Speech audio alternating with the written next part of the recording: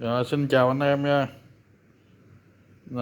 Hôm nay mình tiếp tục giới thiệu với anh em thêm nguyên bộ hoạt hình của Walt Disney nha, gồm 27 cái đĩa DVD nha anh em. Mấy cái đĩa này là đĩa nhập ở bên ngoài về, đĩa xịn đó nha anh em.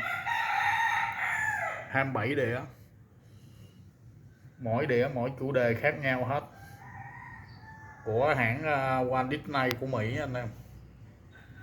Đĩa nghe tốt hết nha, đọc coi hình ảnh âm thanh gì tốt hết nha.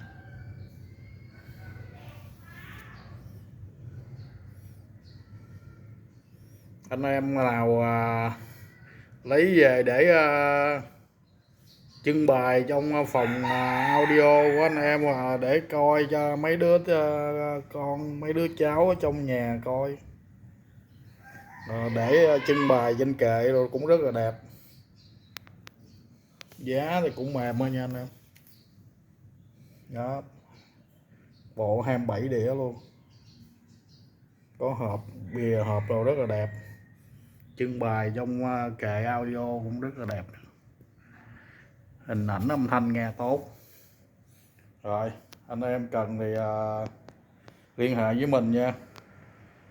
Giá bộ 27 đĩa của Walt Disney này là 600.000 nha anh em, 600 nha anh em.